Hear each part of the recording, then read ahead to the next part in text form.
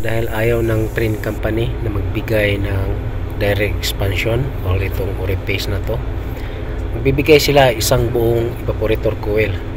Kaya ito ang ginagawa natin. Gawa natin ng paraan. I-modify natin tong direct expansion or itong orifice. So ito yung resulta. So panoorin nyo kung paano ko ginawa.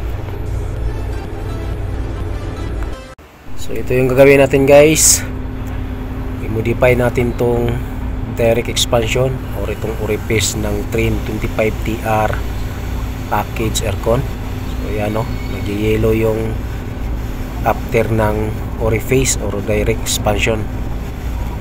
So magbibigay yung Trane buong evaporator coil, hindi sila magbibigay itong pinaka orifice or itong expansion lang.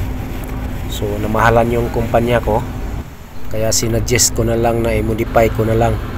Ito yung suction pressure, discharge pressure, ayan, ang taas na. Tapos yung running ampere din natin mataas na rin, nasa maximum na. So ang gagawin natin ngayon, guys, tatanggalin natin yung orifice. Titingnan natin yung size ng bore nya or yung pinakabutas nya para mapalitan natin. Palitan lang natin siya ng capillary tube.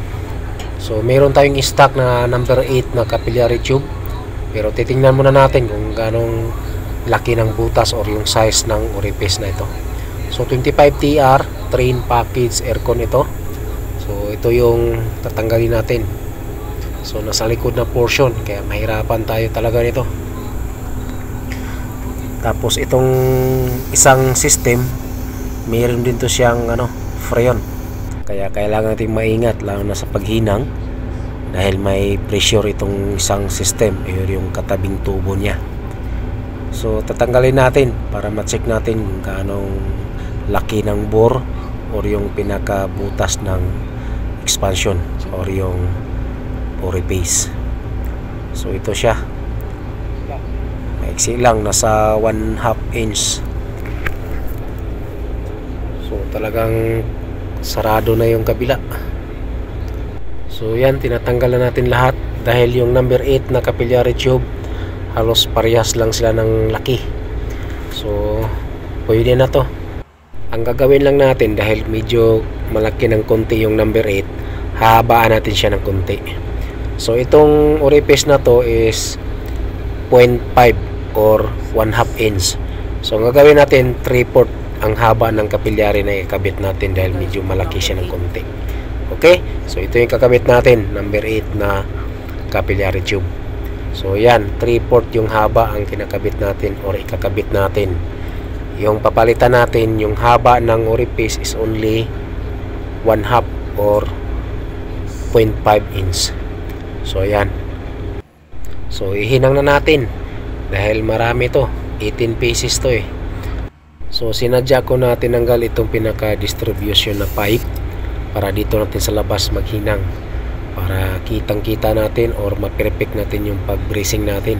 Dahil dun kasi ang sikip, tapos mayroon pang naka-obstruct yung isang system, baka bibigay yun dahil may preyon yun eh. So dito tayo maghinang para mahinang natin ng maayos dahil maliit yung capillary tube, para sigurado. So yan, chinek lang natin kung walang bara. So okay lahat. So yan, kinakabit na namin. Ang hirap lang nito maghinang, guys, dahil nga nasa likod siya na portion. May isang system na nakaharang. So yan na yung bagong natin, pinaka orifice or expansion. So dali na naman tayo dito sa mga basher natin. Wala tayong magawa eh. Ayaw bumili ng kumpanya ko eh. Mahal na yung pinaka evaporator. At saka parehas lang naman ito. Check lang natin yung size ng bore or yung pinaka butas para magkaroon tayo ng idea kung ganong size ng capillary yung kakabit natin. So yan, nahinang na natin. So magkabit lang tayo or papalit din tayo ng liquid line filter dryer para sigurado isang trabaho na lang. Dahil nakaapat na ako nito ng system repair.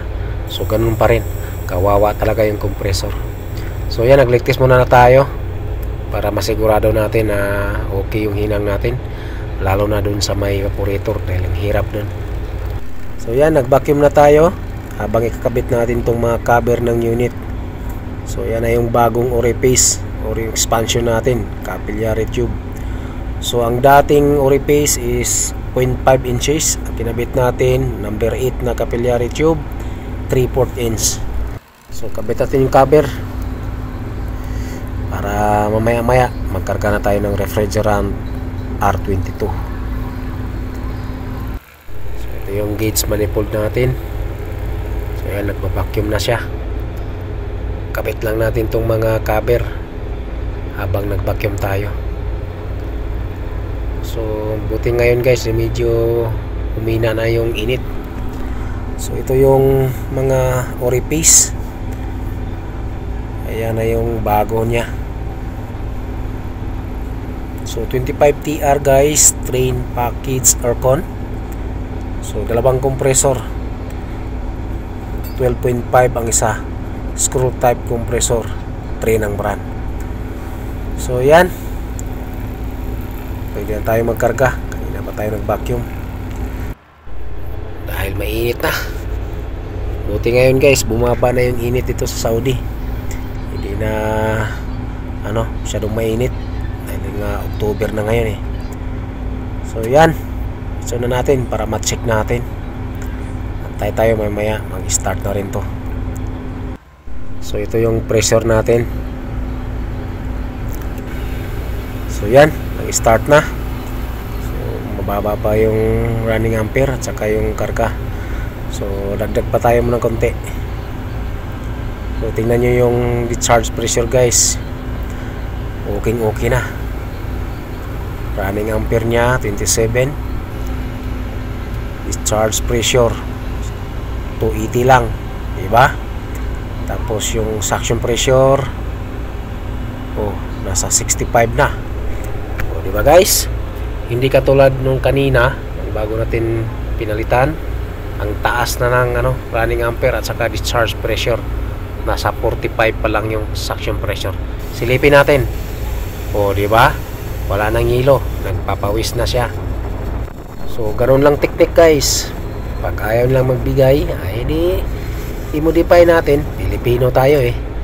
So sana guys, mayroon kayong makukuha ng konting idea dito sa trouble ng unit ko, kung paano ko siya sinolve. So tingnan nyo yung discharge pressure 285. Tapos yung running ampere 28.1. So yan, okay na. So ganun lang guys ang technique para masolve natin yung mga problema, lalo na pag tulad nito.